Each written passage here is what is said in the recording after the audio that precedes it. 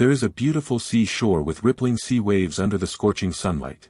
Hissing sounds are coming outside from an abandoned cave. Inside the cave, there is something freaky resting with its wall that is bleeding heavily into the sea. It is whispering something. Now we see how the story begins many years ago. On an ordinary morning, inside a crowded town there is a house from which the loud TV voices are coming outside. Someone is watching the news about wars in faraway countries. A boy wonders if he is heartless or that is just normal to him. He is having breakfast. Taking bites, he asks what will be for dinner tonight. Suddenly his mother shouts at him to stop spacing out and finish his food. Satoki hurries up. Before school, Satoki asks his mother about dinner. She answers and urges him to leave. His brother hurries downstairs, surprised Satoki is heading out so early. Satoki, annoyed, points out that his brother is the one running late. After that Satoki leaves for school. He reaches the station where he meets his two class fellows. The girl, Ida, and Satoki greet each other good morning with a special signal. Then he goes straight to his friend who is playing on the phone. Excitedly, he asks him if he has been at it since morning. The boy confirms. Satoki asks his rank this season. While playing he answers second. Excited, Satoki boosts his courage saying he can definitely go for rank 1 and that he also wants to get better in rank. Ida casually remarks that they are so carefree. She mentions there are real wars going on out in the world. Still playing, the boy replies that it's just a handful of countries. However, Satoki asks Ida if she wants to play. Worried, Ida, in her own thoughts, mutters there's no way that at some point Japan might end up in a war too. She remarks she would feel stupid for having played games like that. Brushing her worries, Satoki replies Japan will be fine. However, Ida worriedly says no one knows. Seeing her nervously, he asks if she is actually worried about it. Smiling, she refuses saying she was just kidding. Seeing her, Satoki tries to release the tension. Laughing, he asks her not to worry. He will protect everyone with his godlike aim even if they end up at war. Teasing them, their friend tells Ida that it's good for her. He asks if Satoki said he will protect Ida. Annoyed, Satoki shouts that he said, everyone. Smiling, Ida asks Satoki if he is going to protect her. Blushing, he replies yes, and everyone else. His friend doesn't stop and jokes that he is way too flustered. Satoki asks him to keep quiet but Ida finds it cute. Eventually, the train reaches the station and Satoki informs them to hurry. Suddenly, a police officer approaches Satoki and greets him good morning. Scared, Satoki greets back. A police cop stares at Satoki and he gets amazed. Staring at Satoki, the cop talks on the walkie-talkie confirming the boy with a scar on forehead is there. With a creepy smile, the cop asks if he is Satoki Satokikan. Confused, Satoki confirms. The cop asks if they can talk for a bit. Pointing to the train, Satoki replies he will be late if he doesn't get on that one. However, the cop apologizes and requests that it will just be a while and that it's their duty. Satoki agrees. His friend jokes and asks Satoki if he has killed someone. Ida tells the cop that Satoki may be an idiot but he is not a bad person. However, Satoki laughs and says that he is not sure what's going on. He asks them to go on ahead. Saying goodbye, the boy waves his hand and Ida greets with a special signal. Satoki gives the same gesture in return. Outside the station, the cop asks Satoki to stay there for a while. Chilling, he makes sounds with a car bounty and whistles too. Confused, Satoki wonders if he has done something wrong. Eventually, the cop looks at his watch and speaks on the walkie-talkie. He understands and confirms something in the talk. Meanwhile, confused, Satoki keeps looking at him. However, the cop apologizes to him saying someone from headquarters made a mistake and that he is free to go. Scared, Satoki shouts if it was a mistake. The cop apologizes again. He tells him that he can go school now and advises to be careful on his way there. Sitting alone in the train cabinet, while playing, he wonders if it was all about a mistake. He relaxes himself saying not to worry if it's got nothing to do with him. Eventually, he realizes that he has to go to the staff room and get a tardy slip. Suddenly, he dies and loses the game. In school, walking in the corridor, he muses as it's Wednesday. The first period of biology is about to end. Takahashi-sensei, biology teacher, is scary. Satoki says even if he explains that it was the cop's fault Takahashi is probably going nag at him. He can already hear Yamamoto and the others jokingly saying stuff like if he had got arrested. He is sure that his heartless friend Take won't say anything to help him out. However, Satoki muses that he will talk to Ida to make him feel better. It feels like they have gotten closer lately. He wonders if she likes him but brushes it off saying that it's just overthinking. Embarrassed, he enters the class apologizing for being late. Inside the classroom, Satoki sees a young female standing on the platform and brains placed on the desks. Satoki looks around in shock.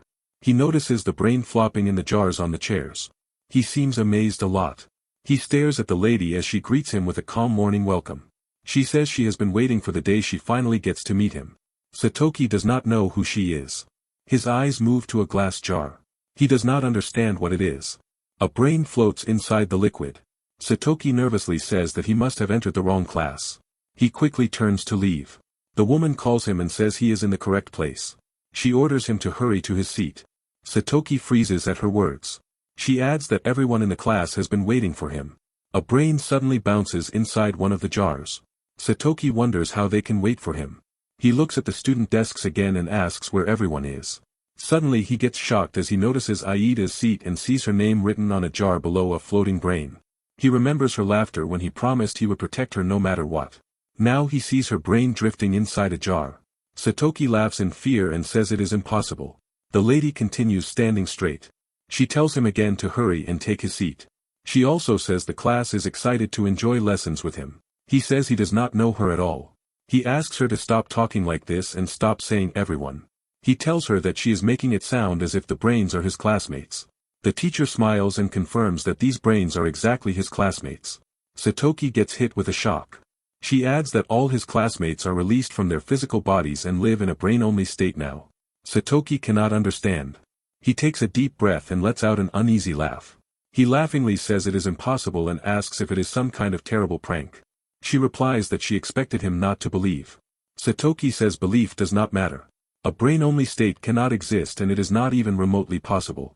The teacher's eyes turn dark with thin white lines inside. She says he is correct because it cannot be done with the technology of this planet. Satoki freezes again. She calmly explains that they are not from Earth. As she talks, something sprouts from her wrist. It grows fast and grabs her face. It cuts her head from her body and holds it in the air. The girl keeps laughing and smiles at him. She tells him that the impossible is real. Satoki's eyes remain wide open after seeing this sight. Her body then returns to normal. Satoki slowly sinks into his chair. She thanks him for sitting. He thinks she must be an alien. He believes she turned everyone into brains. He stares at her and wonders if they plan to invade Earth. He fears what will happen to everyone. He thinks about the words brain-only state and worries if the students can ever return to normal. The teacher then calmly introduces herself again.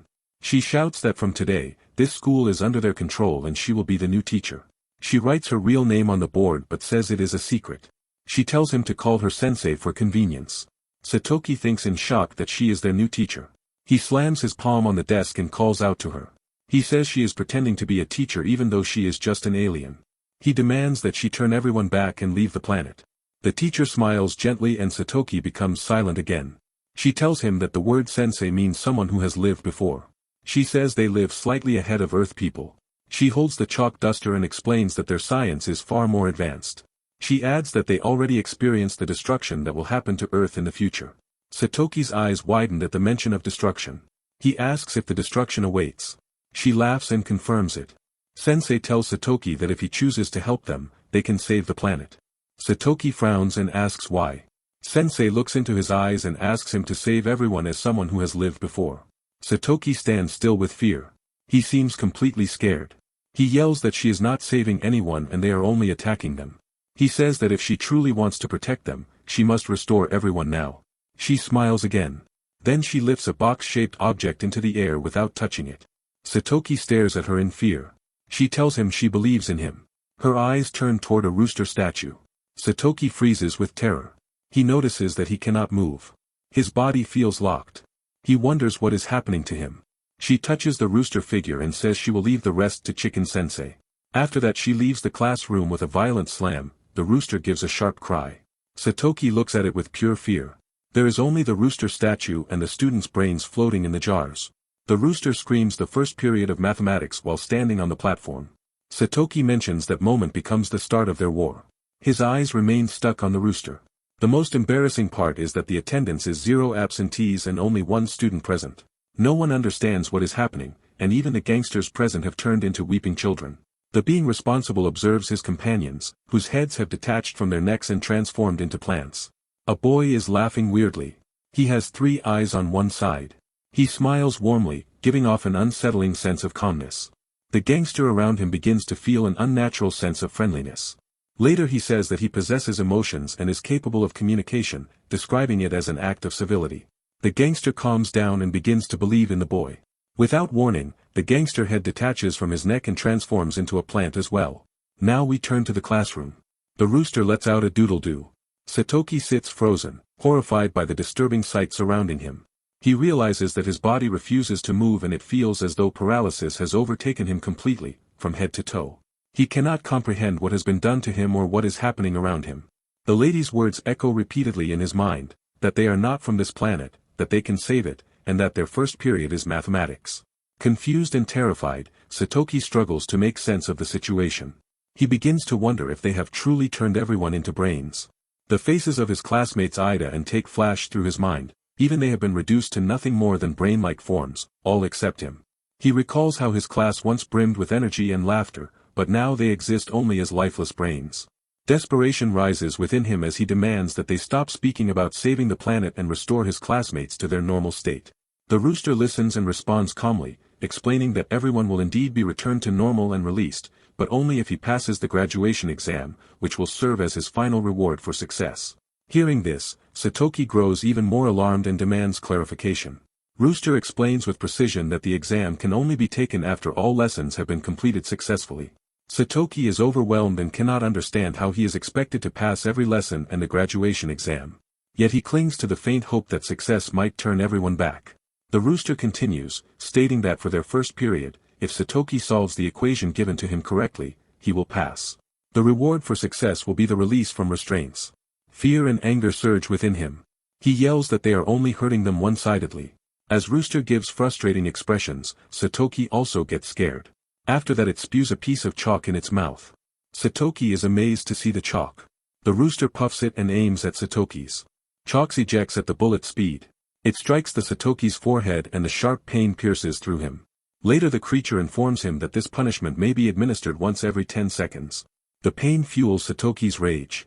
He curses the being, but before he can react further, its neck elongates unnaturally. It turns toward the board again, declaring that his equation is ready. Placing another piece of chalk into its mouth, it shakes its head vigorously and writes the problem on the board, instructing him to solve it. The equation appears deceptively simple, and Satsuno, uncertain, begins to wonder whether they are mocking him. As he studies the problem, he notices the creatures radiating an aura of superiority, as if they consider themselves above the humans of Earth. Yet he entertains the thought that perhaps they are not as intelligent as they claim, perhaps even weak in mathematics. With hesitant confidence, he provides the answer, 2. The creature, however, demands that he write it on the board himself. He requests that the paralysis be lifted so that he can move. But the being refuses, explaining that the release from restraint is the designated reward for passing the lesson. Satoki, growing desperate, asks what he is expected to do. The rooster informs him that all necessary explanations have already been given and that it will now remain silent. A chill of dread runs through him as the silence deepens. Suddenly, the creature strikes him again with the chalk, wounding his forehead. The impact sends him reeling in pain as he cries out, realizing that the situation is impossible. The equation makes no sense, the logic defies reason, and he cannot find a way to move his body. At the same moment the rooster again throws another chalk at Satoki. It strikes badly even if the wound bleeds gradually. He begins to understand that he cannot even lift the chalk, nor can he evade the blows being hurled at him. Trapped in his motionless state, he begins to think with grim clarity about what he can possibly do to escape this situation. Meanwhile, elsewhere, the lady sensei stands beside a series of complex machines, preparing to advance her plan. A whale-like entity near her asks if she is truly content with what is happening. The lady sensei, composed and unwavering, asks what the creature means. The whale replies that B appears to be attempting to kill Satoki. The sensei answers with quiet assurance that this is precisely why she has entrusted the matter to her. The whale warns her to honor her promise and reminds her that if Satoki-sama dies, she must abandon the planet. The alien listens calmly and tells it not to worry, expressing confidence and faith in him. On the other hand, at the same time in the classroom, we see Satoki seems scared a lot. His forehead bleeds from repeated impacts. Meanwhile, the rooster spews another chalk in its mouth. Satoki feels himself slipping toward unconsciousness, convinced that death is near. Even as the answer remains clear in his mind but cannot truly be solved. Satoki cannot comprehend what is happening before him. Exhausted and broken, he turns his attention to the chicken, questioning within himself what it truly desires. With a grim sense of realization, he wonders whether it truly intends to kill him. He also asks what has become of all its claims about saving their planet.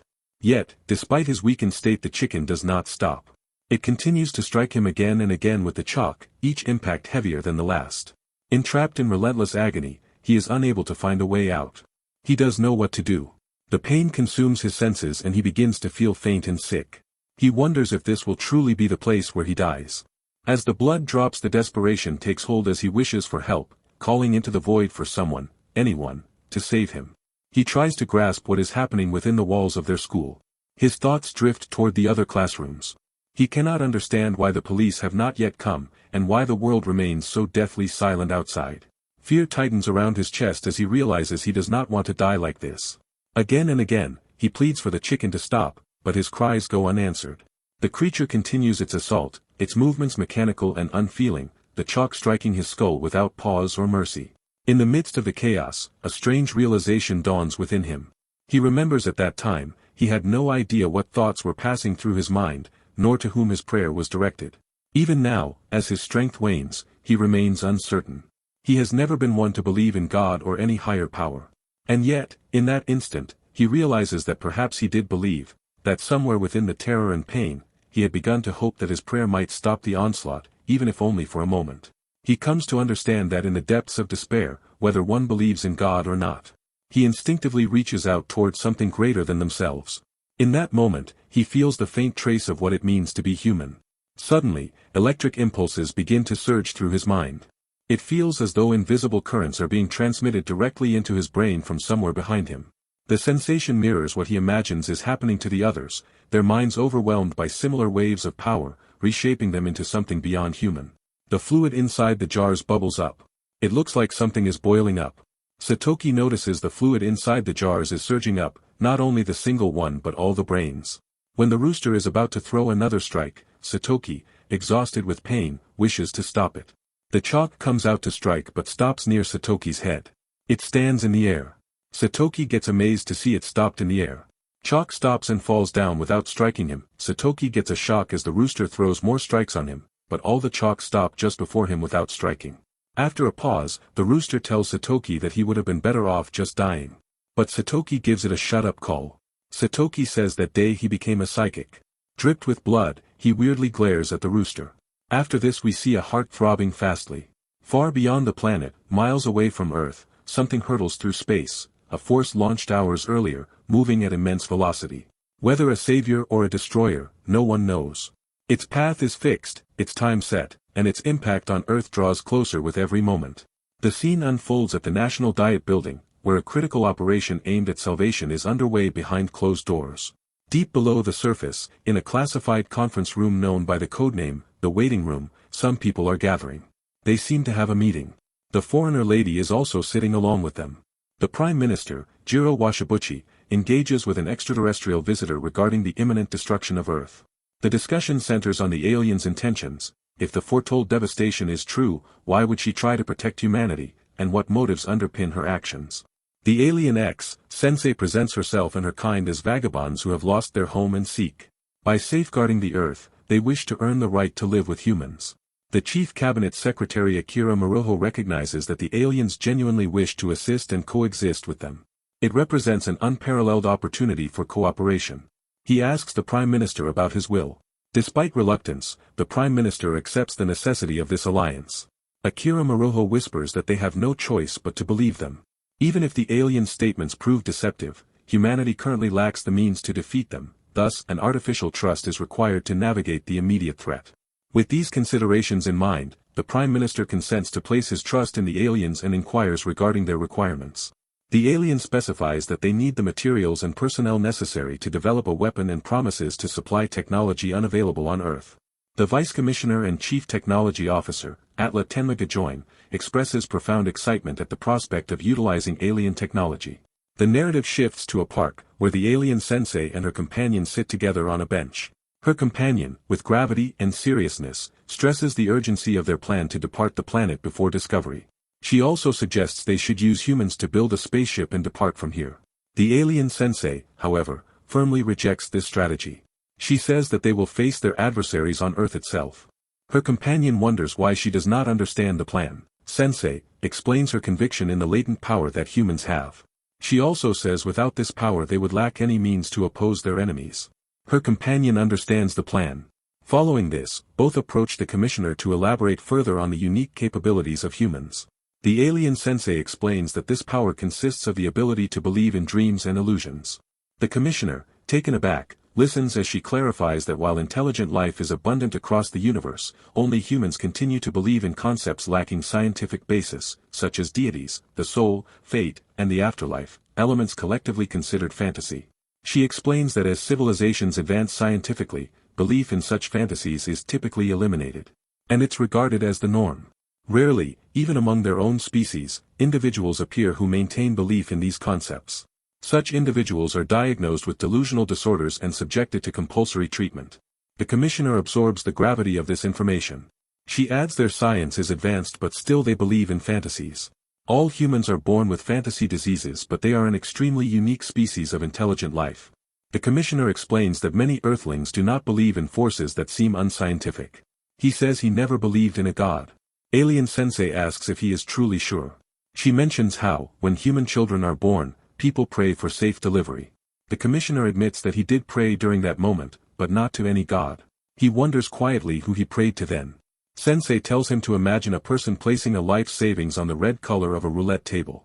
Even if that person is realistic, he will still pray. He will hope for red. She says that this belief shows that humans think their wishes can affect the world. She calls it the root of their fantasies and unscientific beliefs. The commissioner says that when she describes it like that, humans look arrogant and foolish. Sensei shakes her head. She says humans believe in impossible fantasies because they believe their thoughts can change reality. The commissioner listens in silence. Sensei continues. She claims humans have learned to affect the world through wishing. Those who believed survived better than those who did not. Their genes passed on through natural selection. Humans were left with brains that can create fantasies. She says this fantasy disease appears foolish. Yet it could also be a weapon used for survival. The commissioner repeats the word weapon in confusion. Sensei smiles and explains. She summarizes her theory. Inside every human brain lies a supernatural power. This power influences the real world through pure will. The commissioner calls the theory interesting but stretched too far. Sensei says she has no proof and calls it only a theory. The vice commissioner, Atla, urges the commissioner to try it. He warns that humanity will be destroyed if they do nothing. He tries to make the commissioner agree. The commissioner says the higher authorities also instructed him to proceed. Atla asks Sensei what she needs. Sensei answers that they must gather as many human brains as possible. Her assistant mentions that the princess began experiments on humans. Many of the subjects were death row inmates, making it easy to secure them. The assistant says the princess does not believe psychic power exists. On Earth, people called psychics appeared throughout history. But none were proven real. The princess says individual psychic power is probably very weak. Even if a talented person appeared, the power would seem like luck or tricks. It would never be accepted. The assistant looks at a boy strapped in place, his brain linked to others. She wonders if expanding the brain can give stronger and more stable psychic power. The princess sensei claims she wants to save humans, yet she uses them in cold experiments. Even worse, the experiments prove psychic powers do exist. A boy sits before a picture of a soccer ball. His eyes are covered and his hands are tied. He trembles and whispers, asking what object is beside him. He asks if it is a black and white panda or a soccer ball. The commissioner confirms the test. The boy screams that his head is about to burst. Sensei studies the results carefully. She says people in their late teens show the highest ability, especially those with stronger fluid intelligence. Brains older than that cannot handle the strain. She also finds that weapon-type brains produce better results when connected to soldier-type brains. Sensei instructs the vice commissioner to prepare the chosen humans when the time arrives. She also confirms that the power they witnessed is the power of mental perception. Sensei instructs them to focus on telekinetic powers. She says this ability will be the key to defeating the threat. Later, Sensei and her companion walk through a quiet park. The companion asks how the princess chose Satoki. She says Satoki looks like an ordinary human. Sensei answers softly that she believes in him.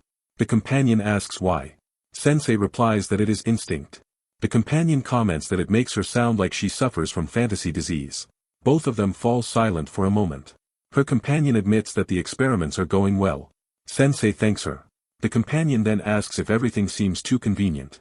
Everything is happening exactly as the princess predicted. She asks if the princess is hiding something. Sensei smiles gently and says no. The companion stares at her with suspicion and then walks ahead. She sits down and quietly suggests that they should escape this planet. Even if the weapon is complete, she does not believe they can defeat humans. She says they should abandon the Earthlings and search for a new home. The princess smiles again. She says another long journey with her does not sound bad. But she adds that she believes their plan will succeed, and she has faith in it. Her companion lowers her head. She asks the princess to dispose of her if she opposes the plan. The princess kneels and tells her that she will not do something like that. She gently touches her cheek. She says that even if she disagrees, she is still precious to her. She adds that she believes in her as well. The companion looks up, nervous and conflicted. Meanwhile, Satoki remains frozen in his classroom chair. He whispers that he can do it. He only needs to write the number 2. He stares at the chalk pieces spread across the floor. One rolls slightly. He desperately wishes for it to move again. Sensei watches him through the rooster. She says she cannot believe Satoki, an ordinary human, has manifested telekinesis. The experiments never produced a result like this. Yet he made it happen. Satoki focuses on the chalk with fierce determination. He says he will not give up. The rooster weapon speaks in the voice of Sensei. It says his power is too weak to defeat them. The companion warns that if the rooster fires again with perfect aim, Satoki will die. She thinks she can convince the princess to escape after Satoki is gone. Satoki's eyes fill with anger. Blood covers his face. He vows that he will win and restore everyone. The rooster prepares another attack. The companion decides she will end him and carry out her duty. Satoki tells himself again that he can do it. He knows he can. The companion hesitates. She wonders if Satoki might actually succeed. She pushes the thought away. She insists that he cannot do it. The record describes this day. The greatest soldier and the greatest weapon are completed. The weapon suffers from a strange condition. It contains around 40 human brains. It amplifies the psychic power hidden inside their minds. It can turn imagination into real phenomena. They call the weapon brain circuit. It is a fantasy manifestation device. Satoki finally writes the answer, 2,